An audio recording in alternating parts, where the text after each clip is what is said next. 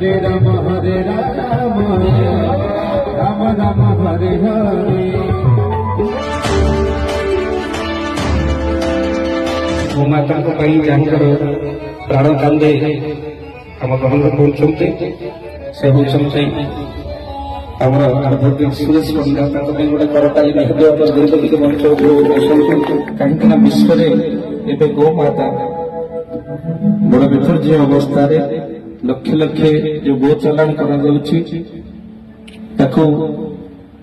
सीधासख धरी काठगड़ा पर्यंत से गो माफिया मान पहुंचना दिगरे जहाँ वरिष्ठ भूमिका रही से होती आमर सुरेश पंडा महोदय गोटे करताली आप बजात कहीं गोमाता बंचिले विश्व बंचो आ विश्व बंचिले मानव बंच मानव बंचिले संस्कृति बंचो आ संस्कृति बंचिले ही माधवंकर पूजा हम बोल आनंद तेणु गोमातार मस्तक को आउसी देले सूर्य पूजा सरी जाए गोमातार बेक को आउसी देले आपणकर शिव पूजा सरी जाए गोमाता को खुआई देले आपणकर विष्णु पूजा सरी जाए तेणु गोमाता देहरे सर्प देवता स्थित गोसेवा कले देवे हूँ तृप्त तेणु जो मैंने गाय सेवा करती देवता मान तृप्त हूँ मन रखा मो माँ मैंने विशेष भाव में राति पहले आपण मैंने जो मैंने गोमाता की रोटी गुड़ खुआती ना जीवन भितर के अभाव रहा नवग्रह शांति होगा जो मान हाई ब्लड प्रेसर मन रखी था हाई ब्लड प्रेसर जो मान देशी गोमाता देशी गाय आम ग्रहण आमर बामन बाबा आसी पहुंचले एक साधु सन्तर मिलन स्थली मौदा ग्राम देखते आपण के भाग्यवान छुआ बाबा अच्छा के साधु सन्त श्रद्धालु मान स्थान को आसुंच बोल आनंद हरि हरि बोल हरि कृष्ण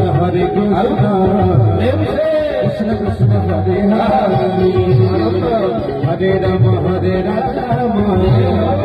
राम राम हरे हरे।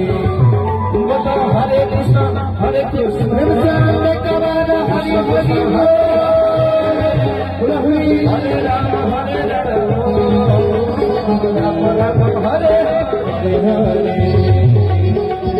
राम राम हरे हरे हरे राम राम राम हरे हरे। कृष्ण मधुसूदन वासुदेव कृष्ण मधुसूदन वासुदेव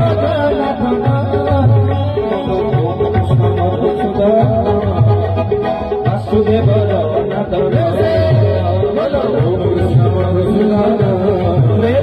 वासुदेव हरि बोल हरि बोल हरि बोल हरि बोल हरि बोल हरि बोल हरि बोल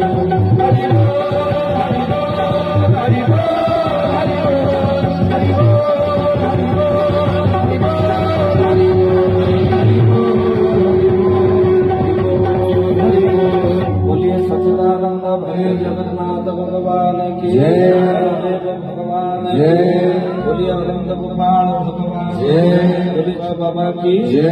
कर्पूर गौरम करुणावतारम संसार सारं भुजगेन्द्रहारं सदा वसन्तं हृदयारविन्दे भवं भवानी सहितं नमामि। आज बड़ सौभाग्यर कथा मु हाईकोर्ट आज गोटे मैटर थिला ताको सारी केमती आसी पहुंचबी बाबा दिवाकर दास महाराज आशीर्वाद नेबी से बहुत तरह आसी किंतु प्रभुंकर कृपा मु भाभी आसी महाराज दर्शन मिल सत सत महाराज दर्शन कली। देखो ये अनुष्ठान उद्देश्य से जड़े होती संत एक धारा संत समाज उच्च कोटर सुचिंतक मानव समाज कल्याणदायक आउ से जगार स्थान एते उन्नत धरण कर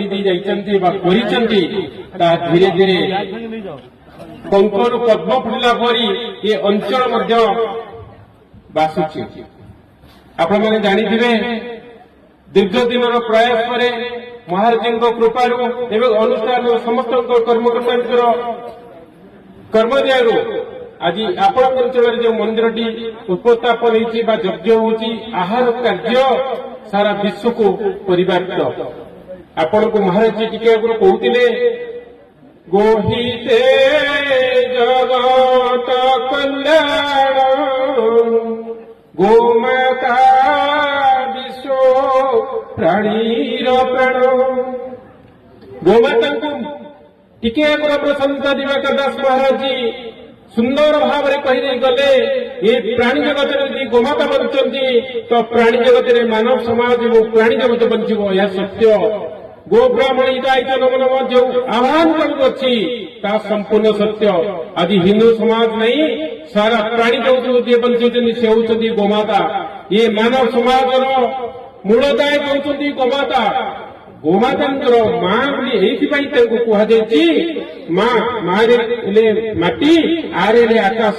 ମାଟିରୁ ଆକାଶ ଯେ ପରିବ୍ୟାପ୍ତ ସେ ହେଉଛନ୍ତି ମା। ତାହାରି କୋଳରେ ଆମେ ସମସ୍ତେ ରହିଛେ। ଗୋଟେ କଥା ମୁଁ କହିବି ଆପଣମାନଙ୍କୁ, ଟିକେ ଆଗରୁ ମହାରାଜ କହିଗଲେ ଆଜି ସେଇ ମାର ଦୁଃଖ ପଡିଛି। ମୁଁ ଆପଣମାନଙ୍କୁ ନିବେଦନ କରିବି ଯୋଉ ମା ଆଖିରୁ ଲୁହ ବହୁଛି ତାର ସନ୍ତାନ କେବେ ଶାନ୍ତିରେ ରହିପାରିବନି।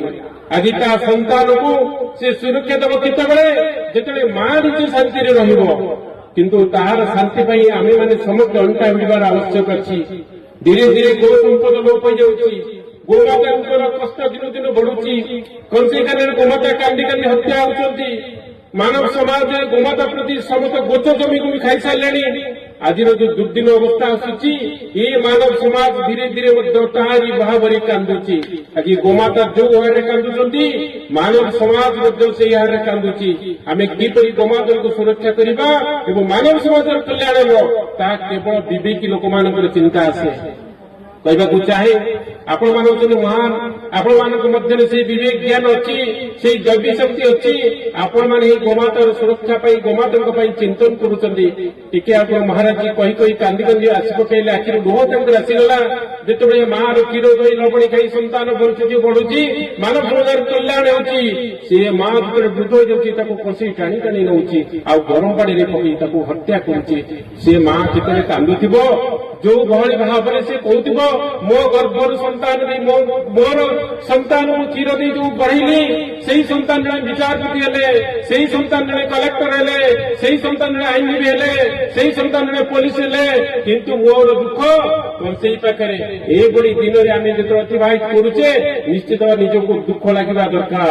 ଆଉ ସେ ସମୟରେ ଆମେ ସନ୍ଥ ସାଧୁ ଏବଂ ସମସ୍ତେ ଅଣ୍ଟା ଭିଡ଼ିବାର ଅଛି। ମାର ରକ୍ତ ଭୂମିରେ ଦେବା ନାହିଁ ହେଉଛି ସଂକଳ୍ପର ଦିବସ ଆସିବାର ଦରକାର। କାହିଁକି ମା ଯାହା ପାଖରେ ନାହିଁ ତାହାର ସାହା କେହି ନାହିଁ। ମାତାଙ୍କର କୃପା ସନ୍ତାନ ଉପରେ ମଙ୍ଗଳଦାୟକ କରିଥାଏ। ତେଣୁକରି ମାଙ୍କର ଆଶୀର୍ବାଦ ଆମ ନିତ୍ୟାନ୍ତ ଆବଶ୍ୟକ। ଆଜି ଏ ମଞ୍ଚରେ ଏତିକି ମୁଁ କହିବା ପାଇଁ ସୁଯୋଗ ପାଇଲି ଏବଂ ଆପଣମାନଙ୍କୁ ଗୋଟେ ନିବେଦନ କରିବି, ଏ ଅଞ୍ଚଳରେ ଯଦି ଆମେମାନେ ଗୋମାତାର ସୁରକ୍ଷା କରିପାରିବା ନିଶ୍ଚିତ ଭାବରେ ଆମର ସୁରକ୍ଷା ହେବ। କହିବାକୁ ଚାହେଁ ବନ୍ଧୁ, ମାଙ୍କର ସୁରକ୍ଷା ସଦା ସର୍ବଦା ପ୍ରାଣୀ ଜଗତର ମଙ୍ଗଳଦାୟକ। ଆଜି ଯୋଉ ଆମେ ହୋମ କରୁଛେ ଯଜ୍ଞ କରୁଛେ ସେଇ ଗୋମାତାଙ୍କର ଘୃତ ବା ଘିଅକୁ ନେଇକି ଯଜ୍ଞ କରୁଛେ। ଆଜି ଗୋବଂଶ ଚାଲିଗଲେ ଏ ମଠ ମନ୍ଦିର ପୀଠ ପରିଷଦ ଏବଂ ଯଜ୍ଞ ଧୀରେ ଧୀରେ ନଷ୍ଟ ଆଡ଼କୁ ଗତି କରିବ। ଆପଣମାନେ ଜାଣନ୍ତୁ, ଟିକେ ଆଗରୁ ମହାରାଜ କହିଗଲେ ଯୋଉ ଘିଅ ଆମେ ବ୍ୟବହାର କରୁଛେ ସେ ହେଉଛି ପୂଜା ଯୋଗ୍ୟ ଲେଖାଯାଉଛି। କହିବାର କାରଣ ସେ ହେଉଛି ଚର୍ବି ଜାତୀୟ ଖାଦ୍ୟରୁ ଚର୍ବି ଜାତୀୟ ବ୍ୟବସ୍ଥାରୁ ତିଆରି ହେଇଛି, ସେଠି ପୂଜାରେ ଲଗାଇବ।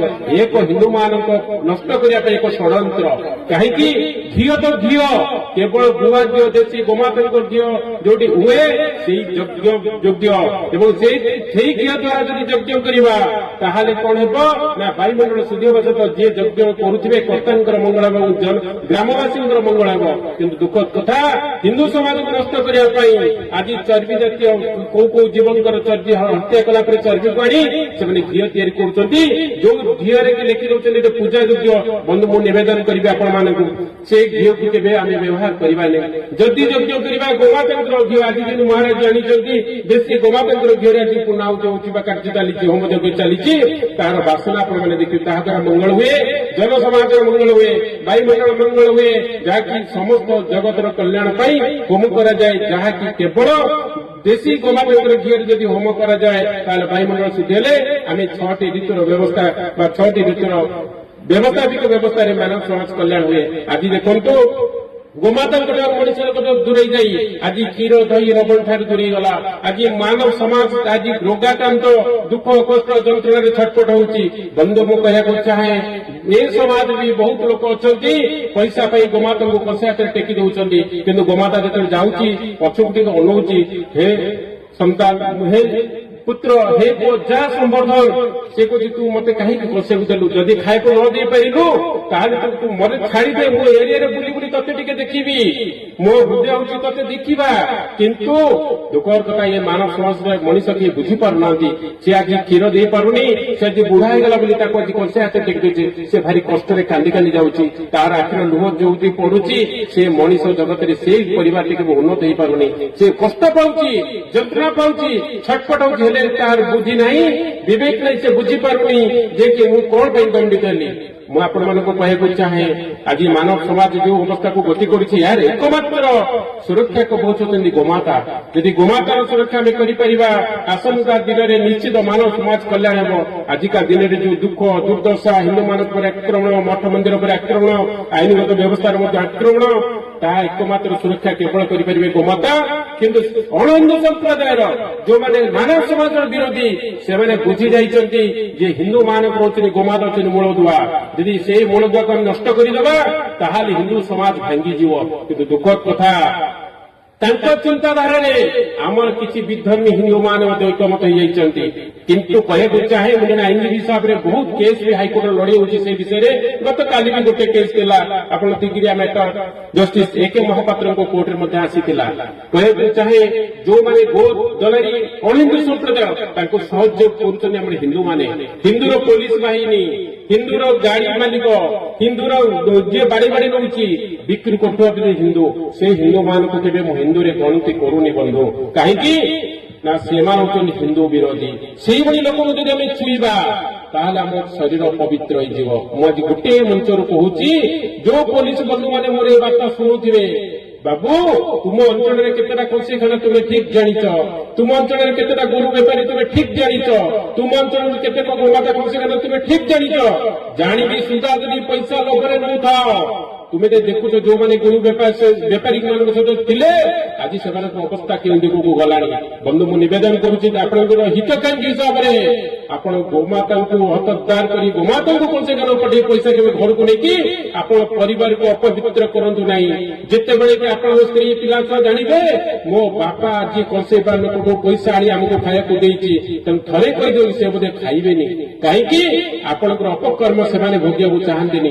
ଆଉ ଯୋଉ ବନ୍ଧୁମାନେ ଏସବୁ କାର୍ଯ୍ୟ କରୁଛନ୍ତି ସେମାନଙ୍କର ଅବସ୍ଥା ଦିନକୁ ଦିନ ଖର୍ଚ୍ଚିଗଲାଣି। ମୁଁ ଆପଣଙ୍କୁ ଆହୁରି ବିଶେଷ କଥା କହିବାକୁ ଚାହେଁ, ଆଜି ଆମେ ସେ ଦିଗକୁ ନ ଯାଇ ଆଜି ଯଜ୍ଞ ପିଣ୍ଡରେ ଆମେ ଗୋଟେ ଯଜ୍ଞ ସ୍ଥାନରେ ଗୋଟେ ସଂକଳ୍ପ ନେବା, ଆମେ ଗୋମାତାର ସୁରକ୍ଷା ପାଇଁ ଅଣ୍ଟା ଭିଡ଼ିବା। ଆମ ଦ୍ୱାରା ଯେତିକି ମୋ ମା ମାନେ ଯୋଉମାନେ ବସିଛନ୍ତି ମୁଁ ଭିକ୍ଷା ପ୍ରାର୍ଥନା କରୁଛି ଆପଣମାନଙ୍କ ପାଦତଳେ, ଆପଣ ପାରୁ ପର୍ଯ୍ୟନ୍ତ ଚେଷ୍ଟା କରିବା ଆମ ଗୋଠରୁ ଗୋମାତାକୁ କଂସେଇକୁ ଦେବାନି, ଆମ ଗୋଠରୁ ଗୋମାତାକୁ ବିକ୍ରି କରିବାନି।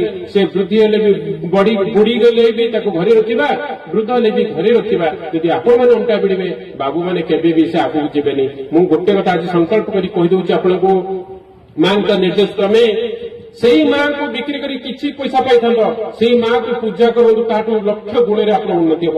ବୋଲ ଗୋମାତା କି, ଏଟା ସମ୍ପୂର୍ଣ୍ଣ ସତ୍ୟ। ଆଜି ଯୋଉ ଶରୀରକୁ ଆପଣ ଦେଖୁଛନ୍ତି 2002 ମସିହାରେ ସେ ଦେହାନ୍ତ ଦେଇଯାଇଥିଲା, କିନ୍ତୁ ସେ ଶରୀର ଆଜି ବଞ୍ଚିଛି ସେ ମା ପାଇଁ। ଏ ଶରୀରରେ କିଛି ନାହିଁ କିନ୍ତୁ ହେଲେ ବି ବଞ୍ଚିଛି ମା ପାଇଁ। କିନ୍ତୁ ମୁଁ କଣ କହିବି, ସତ୍ୟ କଥା, ଯୋଉ ବ୍ଲଡ କ୍ୟାନ୍ସର ଏ ଶରୀରଟା ନଷ୍ଟ ହେଇଥିଲା, ମେଡିକାଲ ସାଇନ୍ସ ଫେରି ଯାଇଥିଲା, ଆଜି ସେ ମାଙ୍କ କୃପାରେ ଆଜି ଶରୀର ବଞ୍ଚିଛି। ଗୋଟେ କିଡନୀରେ ବଞ୍ଚିଛି, ଏ ନେଗେଟିଭ ବ୍ଲଡ ବଞ୍ଚିଛି, ସେମାନେ ହାଣି ଦେଇଛନ୍ତି ବଞ୍ଚିଛି, ମୁଣ୍ଡରେ 100 ଥର ଗୁଳି ବାଜୁଛି ସେଟା ବି ବଞ୍ଚିଛି। କେବଳ ମାର କୃପା, ମାର କୃପା ବଡ କୃପା କିଛି ନାହିଁ। ଯଦି ମାଙ୍କୁ ଅନାଦର ହେବେ, ମୁଁ ଗୋଟେ ଛୋଟିଆ ଉଦାହରଣ ଦେଇ କହିବି ଆପଣଙ୍କୁ। ଯେମିତି ଚକି, ମା ମାନେ ଠିକ ଭାବରେ ଜାଣିଥିବେ, ଚକି ତଳେ ଗୋଟେ ଚକି ଥାଏ, ତାର ଗୋଟେ ମେରୁ ଉପରେ ଗୋଟେ ଘୁରେଇଲେ ଡାଲି ଚୁରି ହୁଏ। ମେରୁ ପାଖରେ ଯିଏ ରହିବେ ସେ ଡାଲି କେବେ ଚୁରି ହବନି, ମେରୁ ଯିଏ ଦୂରେଇଲା ସେ ଚୁରି ହେଇ ଗୁଣ୍ଡା ହେଇଯିବ, ଆପଣମାନେ ଜାଣିଥିବେ। ଉଦାହରଣ ଚକି ସମସ୍ତେ ଦେଖିଥିବେ। କିନ୍ତୁ ସେଇଭଳି ମା ଓ ଗୋମାତା ହେଉଛନ୍ତି ଆମର ମା।